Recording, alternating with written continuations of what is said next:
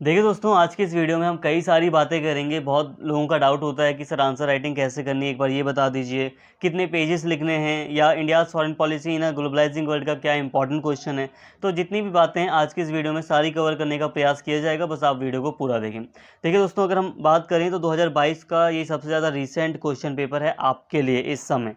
तो ये आपके लिए काफ़ी ज़्यादा इंपॉर्टेंट है, और इससे पहले ऑलरेडी 3 क्वेश्चन पेपर्स की जो वीडियोज़ डाली गई है वो भी आपके लिए काफ़ी इंपॉर्टेंट है। तो एक बार आप उन्हें भी देख लें। आज हम बहुत जो पुराने क्वेश्चन पेपर हैं उनको नहीं देखेंगे, क्योंकि ऑलरेडी मैंने आपको जो पहले वीडियो प्लेलिस्ट में डाली गई है उसमें मैंने ये आपको पढ़ाया है। तो ये क्वेश्चन पेपर मैंने आपको पहले ही बता दिए हैं। लेकिन आज की इस वीडियो में जो सबसे ज़्यादा जो रिसेंट क्वेश्चन पेपर है इसको एक बार हम देख लेंगे। तो चलिए आगे बढ़ते हैं। तो यहाँ पे एक बार क्वेश्चन को देख लेते हैं, उसके बाद सारी बातें करेंगे। देखिए, एक बार इंस्ट्रक्शन देख लिया करो हल्का सा कि हाँ एनी फोर लिखा है, उसके बाद अटैम्प्ट किया करो। तो 4 क्वेश्चन आपको करने होते हैं। तो अगर हम पहले क्वेश्चन की बात करें यहाँ पर, तो उत्तर औपनिवेशिक युग में भारत की विदेश नीति की चुनौतियों और संभावनाओं का विश्लेषण कीजिए। तो आप क्वेश्चन देख सकते हैं, थोड़ा सा टफ है। अगर यहाँ पे ऐसा क्वेश्चन आता कि विदेश नीति के निर्धारक तत्वों को लिखिए तो काफ़ी इजी होता। तो क्वेश्चन आप देख सकते हैं थोड़ा टफ है। यहाँ पे सेकंड क्वेश्चन है, शीत युद्धोत्तर युग में रूस के साथ भारत के संबंधों की विवेचना कीजिए। मतलब ये कि शीत युद्ध तो खत्म हो चुका है, अब रूस के साथ भारत के संबंध कैसे हैं शीत युद्ध की समाप्ति के बाद, ये आप बताइए। ठीक है, ये आपको बताना है इसमें। इसके साथ ही यहाँ पे क्वेश्चन है, बहुध्रुवीय विश्व व्यवस्था के संदर्भ में भारत अमेरिका संबंधों का विश्लेषण कीजिए। देखिए, क्वेश्चन पेपर आप अगर देखेंगे तो थोड़ा आपको समझना पड़ेगा।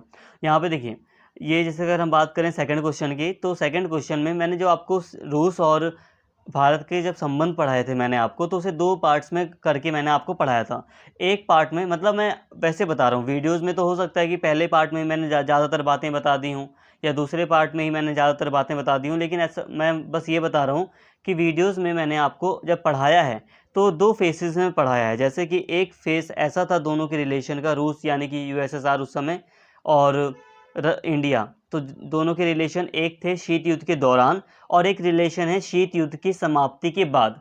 तो शीत युद्ध की समाप्ति के बाद जो भी बातें हैं वो सारी बातें आपको इस क्वेश्चन में लिखनी है। लेकिन याद रखना, आप डायरेक्ट नहीं लिखने बैठ जाओगे कि 1951 के बाद जैसे ही रूस बना तो भारत के ये संबंध स्थापित हो गए। थोड़ी बहुत बातें यूएसएसआर के बारे में बता देना कि जैसे ही भारत आज़ाद हुआ था, तो या जो जब भारत आज़ाद भी नहीं हुआ था तभी यूएसएसआर के द्वारा भारत की स्वतंत्रता का भी समर्थन किया गया था। दोनों के जो संबंध थे वो काफ़ी नज़दीक थे। नेहरू भी यूएसएसआर के प्रति काफ़ी आकर्षित थे, और दोनों ही देशों के संबंध, यूएसएसआर और भारत के संबंध काफ़ी अच्छे थे। लेकिन 1991 में, यानी कि 1990 के आसपास शीत युद्ध की समाप्ति हो जाती है। तो उसके बाद रशिया, यूएसएसआर का उत्तराधिकारी रशिया बनता है, और नए सिरे से रशिया के साथ भारत के संबंध स्थापित होते हैं। तो ये सारी चीज़ें आप मतलब लिखेंगे, लेकिन हाँ थोड़ी सी यूएसएसआर की बात कर देना। कहने का मतलब ये है सिंपल सा, कि क्वेश्चन कह रहा है कि शीत युद्ध के बाद भारत और रूस के संबंध कैसे हैं, तो आप शीत युद्ध के बाद ही सारी बातें लिखोगे। लेकिन फिर भी स्टार्टिंग में आप थोड़ा सा शीत युद्ध के दौरान जब भारत स्वतंत्र हुआ उसके बाद के थोड़ा सा संबंध लिख सकते हो, कि शीत युद्ध के दौरान भारत और रूस के यानी कि यूएसएसआर के संबंध बहुत अच्छे थे। फिर उसके बाद आप सारी बातें कीजिए। इसी तरह अमेरिका से भी ऐसा ही क्वेश्चन आता है। अमेरिका से भी एग्ज़ाम में ऐसा ही क्वेश्चन आता है कि शीत युद्ध के बाद भारत और अमेरिका के बदलते संबंधों की विवेचना कीजिए। तो आप क्या बातें लिखेंगे? आप पहले लिखेंगे कि शीत युद्ध के दौरान कैसा माहौल था। शीत युद्ध के दौरान हम जानते हैं कि भारत और अमेरिका के संबंध अच्छे नहीं थे। तो ये बातें आप थोड़ी बहुत लिखेंगे, लेकिन मैक्सिमम बातें करेंगे कि शीत युद्ध की समाप्ति के बाद बहुत सारे अंतर्राष्ट्रीय मुद्दे हैं, चाइना है, आतंकवाद का मुद्दा है, या बहुत सारे मुद्दे हैं जिसके कारण भारत और अमेरिका पास में आ रहे हैं। तो ऐसे क्वेश्चन में आप वैसे वही बातें लिखेंगे। इसके साथ ही यहाँ पर भी आप ऐसे ही कुछ लिखेंगे अमेरिका और भारत के संबंधों में, कि जो बहुध्रुवीय विश्व व्यवस्था है वो, अब यहाँ पे सिंपल सी बात है, ये बहुध्रुवीय विश्व व्यवस्था क्या है? आज के टाइम पीरियड को ही तो हम कह रहे हैं ना बहुध्रुवीय विश्व व्यवस्था। तो आज के टाइम पर इंडिया और यूएस के क्या रिलेशन है, आप ये बातें लिख दो, यही आपका सारा चीज़ हो जाएगा। लेकिन फिर भी आपको हिस्टोरिकल बताना पड़ेगा, और मैंने आपको पढ़ाया भी है कि हाँ पहले संबंध कैसे थे, आप थोड़ा बहुत ये बताएंगे, बदलते हुए संबंध बताएंगे, थोड़ा थोड़ा जो भी कभी दोनों ही देशों के संबंधों में टकराव हुआ ये भी बता सकते हैं आप बातें। और जो आज मेनली हम देख रहे हैं कि भारत और अमेरिका काफ़ी ज़्यादा क्लोज आ रहे हैं, चाहे वो हिंद महासागर का मुद्दा हो, प्रशांत महासागर का मुद्दा हो, या आतंकवाद का मुद्दा हो, या पर्यावरण का मुद्दा हो, तो दोनों देश पास आ रहे हैं एक दूसरे के। या कई बार हम देखते हैं कि जो विकसित देश हैं, अमेरिका भी, तो कई बार पर्यावरण के मामले में भारत उनका साथ नहीं भी देता। साथ ना देने का मतलब ये है कि जो विकसित देश हैं वो उतना ज़्यादा कंट्रीब्यूशन देने को तैयार नहीं है पर्यावरण की सुरक्षा के लिए। तो कई बार विकासशील देश होने के नाते भारत भी अपने हाथ पीछे खींचता है, लेकिन फिर भी काफ़ी हद तक पर्यावरण के मुद्दे पर भी दोनों में काफ़ी अच्छी सहमति बनती है। तो ये बातें आप लिख सकते हैं ऐसे।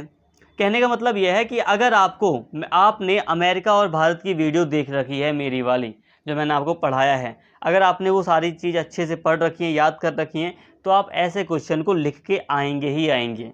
ठीक है, कोई दिक्कत नहीं होगी। यहाँ पे क्वेश्चन है, सीमा विवाद किस प्रकार से भारत चीन द्विपक्षीय संबंधों के सामने एक बड़ी चुनौती के तौर पर उभरा है। अब यहाँ पे सिंपल सी बात है, सिंपल सा मैं कहूँगा, चीन और भारत की जो संबंध मैंने आपको पढ़ाया है वो सारा का सारा आप इसमें लिख दो, आपका काम हो जाएगा। अब बहुत सारे बच्चों के मन में डाउट आ रहा होगा कि सर आपने पढ़ाया तो बहुत सारा है, कितना लिखें। अभी उस पर भी मैं बात करूँगा, लेकिन यहाँ पे बात कर समझो पहले क्वेश्चन को। क्वेश्चन सिंपल सा कह रहा है कि जो भारत और चीन के जो संबंध है उसमें सीमा विवाद एक बहुत बड़ा मुद्दा है। सीमा विवाद के कारण ही दोनों देशों ने लंबे समय तक अपने संबंधों को एक दूसरे से काट कर रखा, अपने संबंध तोड़ रखे थे। स्पेशली भारत ने बहुत लंबे समय तक चीन से संबंध तोड़ दिए। फिर दोनों ने बाद में फैसला किया कि हम सीमा के जो मुद्दा है, जो बाउंड्री का जो मुद्दा है, उसको साइड में रखेंगे, उसके थोड़ा साइड में रखते हैं, फिर बात करते हैं। फिर व्यापार वगैरह ज़्यादा हमारा बढ़ना शुरू हुआ। तो किस तरह हम देख सकते हैं कि शुरुआती दौर से, यहाँ पे आप शुरुआती दौर से लिखेंगे पूरा का पूरा, नए संबंधों की जगह अब यहाँ पे आप पुराने संबंधों को ज़्यादा लिखेंगे कि आज़ादी के बाद जब भारत स्वतंत्र हुआ था तो चीन और भारत के संबंध अच्छे दिखाई दे रहे थे, लेकिन 1962 का युद्ध यहाँ पर आप लिख सकते हैं। 1962 की जो वॉर हुई थी, वॉर से पहले के टकराव आप लिख सकते हैं। ठीक है, इसके साथ ही 1975 वगैरह के आसपास ही असम में फिर एक घटना हुई थी बहुत बड़ी, जिसमें एक मतलब भारत की एक पलटन जा रही थी, उसके ऊपर आक्रमण कर दिया जाता है चीन के सैनिकों के द्वारा। पलटन मतलब जो भी एक मतलब आर्मी का एक ग्रुप था उसके ऊपर। तो ये सारी बातें आप लिखेंगे मैक्सिमम। और हाँ, फिर आप देखेंगे कि कंक्लूजन की लास्ट में आप लिख सकते हैं, लास्ट में अपने आंसर में, कि सीमा विवाद को साइड रखकर आज हम देखते हैं कि भारत और चीन का व्यापार काफ़ी बड़ा है। लेकिन फिर वापस से सीमा विवाद के मुद्दे पर आप आ जाओगे, क्योंकि हम फिर देखते हैं डोकलाम विवाद हुआ, हम देखते हैं कि लद्दाख में लड़ाइयाँ हुई, मतलब संघर्ष हुए, झपटे हुए। ये क्या था? ये सीमा विवाद का ही एक बहुत बड़ा उदाहरण प्रस्तुत करता है। तो ये सारी बातें आप लिख सकते हैं। इसके साथ ही, क्या आपको लगता है कि सार्क क्षेत्रीय सहयोग संघर्ष समाधान को बढ़ावा देने और दक्षिण एशिया में स्थायी शांति सुनिश्चित करने में विफल रहा है? टिप्पणी कीजिए। देखिए दोस्तों, सिंपल सा कहूँगा, सार्क पर अगर कोई क्वेश्चन आता है तो आप इसको स्किप करना ही पसंद करें। अगर आप इसे छोड़ दें तो ठीक ही है। बाकी हाँ, मैं बता देता हूँ आपको क्या लिखना है, अगर आप पढ़ लेते हैं कहीं सोर्स से। तो अगर मैं आपको सिंपल सा बताऊँ तो क्वेश्चन कह रहा है, देखो भाई, जो सार्क है ना, सार्क की उपलब्धियों के बारे में अभी हम कुछ बात नहीं कर रहे। जो सार्क है, क्या आपको लगता है कि वो फेल हो चुका है अपने काम में? सार्क एक क्षेत्रीय संगठन है जो कि दक्षिण एशिया का क्षेत्रीय संगठन था, जिसमें भारत, पाकिस्तान, अफगानिस्तान, मालदीव, श्रीलंका और एक दो नेपाल हो गए और भूटान वगैरह शामिल थे, बांग्लादेश शामिल था। ठीक है, सार्क में ये सारे देश शामिल थे। और सार्क का उद्देश्य यही था ना कि हम आपस में व्यापार वगैरह करेंगे, सहयोग वगैरह करेंगे, ताकि हम आपस में थोड़ा सा, हमारी दोस्ती भी अच्छी हो सके, हमारे संघर्ष भी खत्म हो और कई सारी चीज़ों का समाधान निकले। लेकिन भाई फिर भी हम देख रहे हैं कि आसपास के देशों में कॉन्फ्लिक्ट है, आसपास के देशों में बहुत सारे मुद्दों को लेकर आज भी संघर्ष हमें देखने को मिल रहा है। पाकिस्तान और भारत इसका सबसे बड़ा उदाहरण है। साथ में हम देखते हैं पाकिस्तान और अफगानिस्तान के आपस में बहुत बड़ी टेंशन है। बांग्लादेश के साथ भी भारत के कुछ मुद्दों को लेकर आज भी संघर्ष बना है। और नेपाल के साथ भी कई बार हम देखते हैं कि कुछ बातों को लेकर थोड़ा सा तनातनी बन जाती है। वैसे ऐसा बहुत ही कम होता है, लेकिन फिर भी ऐसा भी देखा जाता है। तो सार्क हम देखते हैं कि कुछ खास सफलता सार्क को नहीं मिली, इस संगठन को कुछ खास सफलता नहीं मिली, और यही क्वेश्चन आपसे कह रहा है। नहीं मिली क्वेश्चन करके ये कह रहा है, और आपको यही सारी बातें बतानी हैं अच्छे से डिटेल में। इसके साथ ही दोस्तों, यहाँ पे आप देख सकते हैं क्वेश्चन है, भारत की राष्ट्रीय सुरक्षा पर भूमंडलीय उष्मीकरण के प्रभाव का विश्लेषण कीजिए। ठीक है, जो भूमंडलीय उष्मीकरण है, जो हीट बहुत ज़्यादा बढ़ रही है, ग्लोबल वार्मिंग हो रही है, इसका क्या प्रभाव पड़ रहा है भारत की सुरक्षा पर? अब मुंबई जैसे जो शहर हैं, जो बिल्कुल पानी के नज़दीक हैं, तो इनके लिए काफ़ी खतरा है। तो इन पर क्या प्रभाव पड़ रहा है, भारत क्या नीतियाँ बना रहा है, ये सारी बातें आपको लिखनी हैं इसमें। कुछ इंपॉर्टेंट बातें अभी भी होंगी, तो प्लीज़ एंड तक देखें वीडियो को। इसके साथ ही क्या आपको लगता है कि भारत पाकिस्तान द्विपक्षीय संबंधों में आतंकवाद चिंता का विषय है? अब ऐसे में देखो दोस्तों, सिंपल सी बात है, भारत पाकिस्तान के संबंधों के बारे में आपको लिखना है, लेकिन यहाँ पर मेन फोकस आपको आतंकवाद के ऊपर करना है कि जो टेररिज्म है, भारत ने साफ तौर पर पाकिस्तान से पूरे रिलेशन तोड़ रखे हैं सिर्फ और सिर्फ इसके कारण, है ना, एक बहुत बड़ा कारण है ये। तो ये सारी बातें आपको लिखनी है। इसके अलावा जो 8वां क्वेश्चन है, इसमें आपको लिखना है 2 ऑप्शन चूज़ करने हैं, विश्व व्यापार संगठन और भारत के संबंध कैसे हैं, इस पे लिखना है आपको। शंघाई सहयोग संगठन के बारे में आपको लिखना है, भारत की क्या भूमिका है इसमें। भारत और ब्रिक्स के बारे में आपको लिखना है कि इनके संबंध कैसे हैं, और भारतीय और यूरोपीय संघ के बारे में आपको लिखना है। ये तो मैंने आपको पढ़ाया भी, आप कर सकते हैं।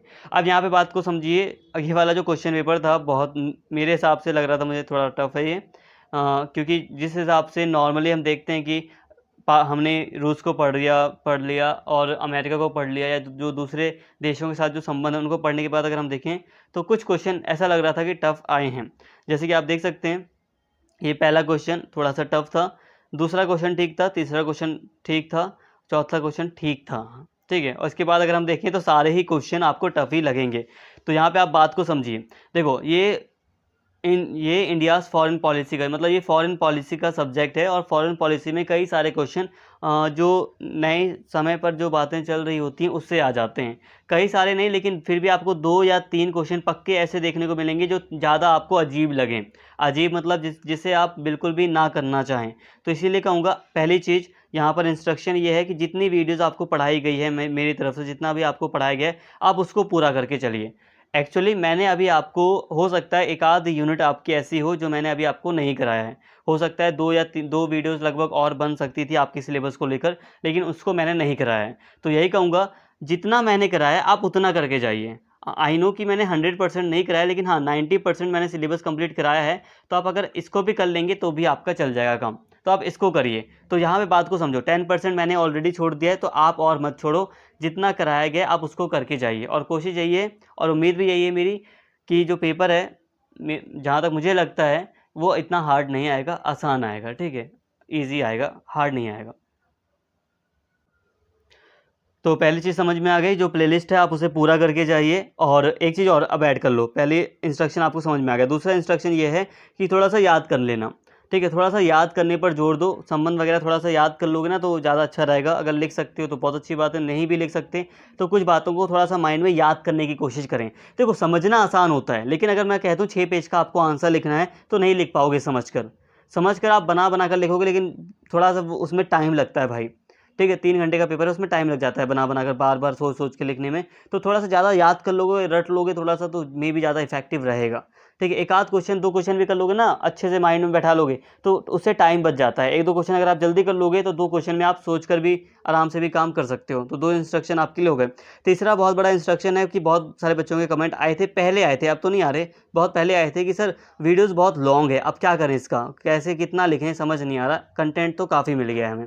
सिंपल सी बात है, अगर मेरे पास कंटेंट 100% से ज़्यादा है, अगर मेरे पास 200% कंटेंट है, तो जब मैं पेपर में लिखने बैठूंगा तो 100% तो मैं आराम से लिख दूंगा।